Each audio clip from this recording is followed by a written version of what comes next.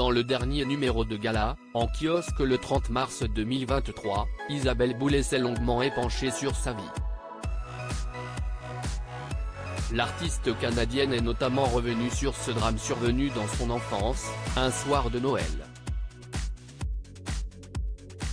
En 2019, Isabelle Boulay sortait un album intitulé En attendant Noël.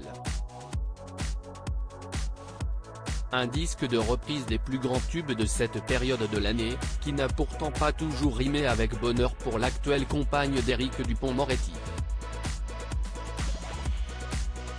En effet, le 24 décembre 1980, alors que son père avait pris la route pour faire une course pour cuisiner le soir de Noël, il a été grièvement blessé dans un accident.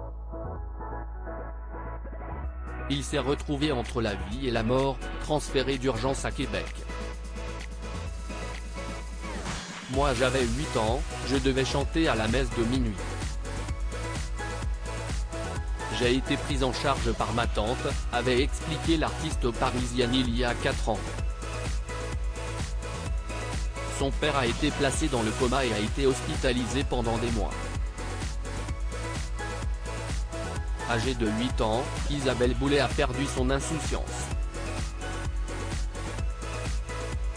Car l'accident de son père a eu bien des conséquences, notamment au niveau des finances de la famille.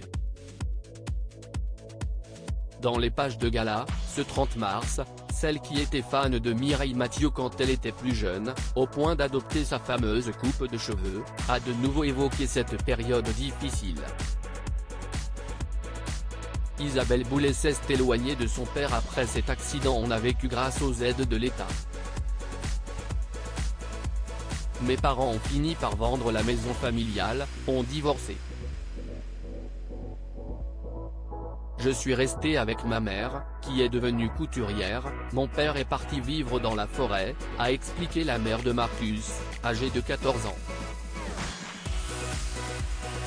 Le quotidien de la future chanteuse a donc été bouleversé.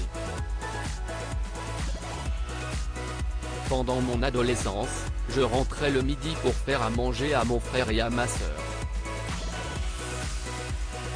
J'ai été responsable de très jeune.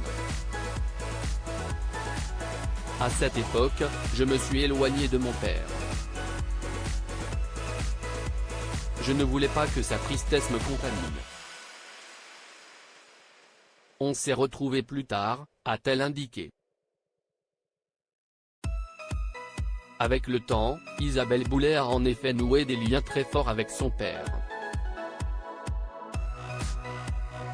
Celui-ci étant décédé en 1995, elle le considère désormais comme son ange gardien.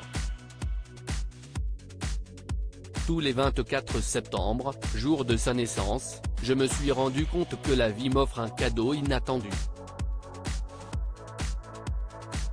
Il était généreux, il adorait aider les autres.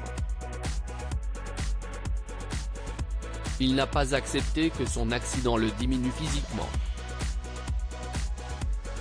Il était tellement fort avant, ça l'a anéanti, s'est-elle souvenue. Un accident qui a bouleversé la vie de son père comme de l'ensemble de la famille.